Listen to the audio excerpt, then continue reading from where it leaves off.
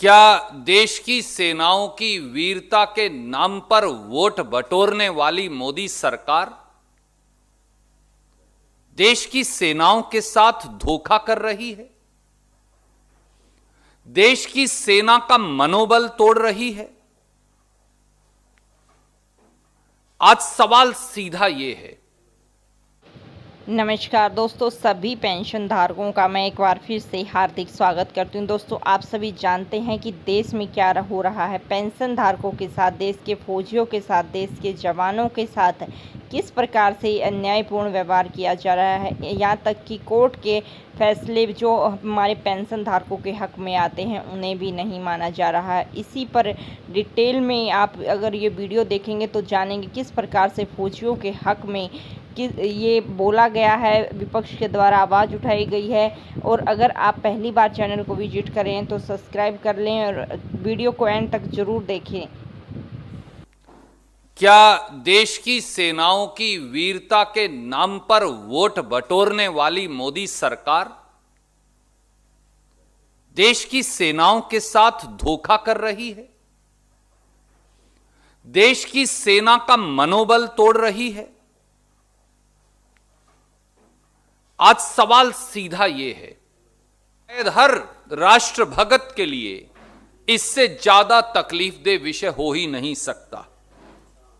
मोदी सरकार सेना के अधिकारियों से धोखा कर रही है और उनके हितों पर कुठाराघात कर रही है। सैन्य अफसरों की आधी पेंशन काट लेने की प्रस्तावना देश की सेना के मनोबल को गिराना है। शहीद सैनिकों की वीरता और झूठे राष्ट्रवाद के नाम पर वोट बटोरने वाली मोदी सरकार देश के इतिहास की पहली सरकार बनने जा रही है जो सीमा पर रोजाना अपनी जान की बाजी लगाने वाले सैन्य अफसरों की पेंशन काटने और सक्रिय सेवा, एक्टिव सर्विस के बाद जीवन के दूसरे विकल्प तलाशने पर डाका डालने की तैयारी कर रही है। और उसके लिए यह प्रस्तावना, यह प्रपोजल, जिसकी प्रतिलिपि मैं आपको जारी कर रहा हूं, यह प्रस्तावना जो है यह दी गई है मोदी सरकार के द्वारा। एक तरफ तो स्वांग रच मोदी जी सेना के लिए दिया जलाने की बात करते हैं और दूसरी तरफ साहसी और बहादुर सैन्य अफसरों के जीवन में उनकी पेंशन काट दिवाली के मौके पर अंधेरा करने का प्रयास कर रहे हैं। यही भाजपा का झूठा और असली राष्ट्रवाद है। आइए इसके 5 महत्वपूर्ण पहलू जानें। पहला,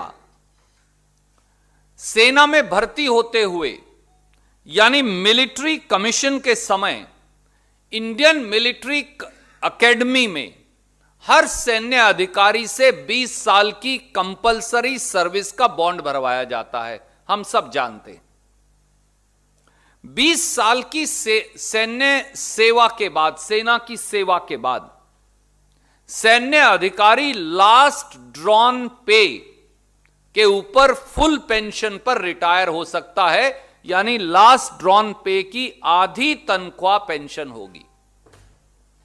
उदाहरण अगर मैं दूं, अगर किसी अधिकारी की लास्ट ड्रॉन पे मूल वेतन 1 लाख रुपया था तो उसका मासिक पेंशन 20 साल की सेवा के बाद 50,000 रुपया प्रति माह होगी। पर मोदी सरकार क्या प्रस्तावना कर रही है? अगर 20 साल की सेवा के बाद सेना का अधिकारी सेवानिवृत्ति लेगा तो फिर उसे 50,000 रुपया प्रति माह से काटकर वो 25,000 रुपया प्रति माह कर देंगे।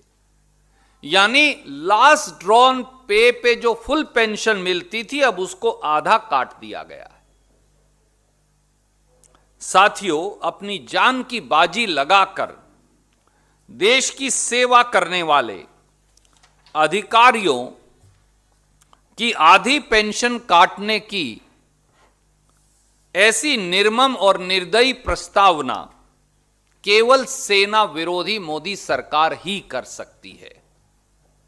दूसरा, सेना में भर्ती हुए 100 अफसरों में से केवल 65% ही लेफ्टिनेंट कर्नल के पद तक ही सीमित रह जाते हैं।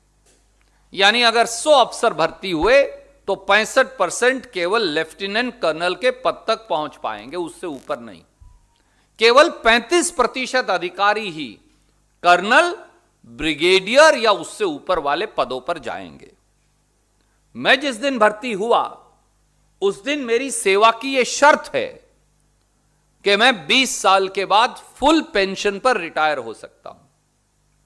आज जब मैं 15 साल नौकरी कर चुका हूं, 18 साल नौकरी कर चुका हूं, 11 साल नौकरी कर चुका हूं, 19 साल नौकरी कर चुका हूं, तो मोदी जी कहते हैं अब बैक डेट से 20 साल पहले से मैं तुम्हारी सेवा शर्तें बदल रहा हूं। ये अपने आप में एक बहुत बड़ी निर्ममता है और गलत है।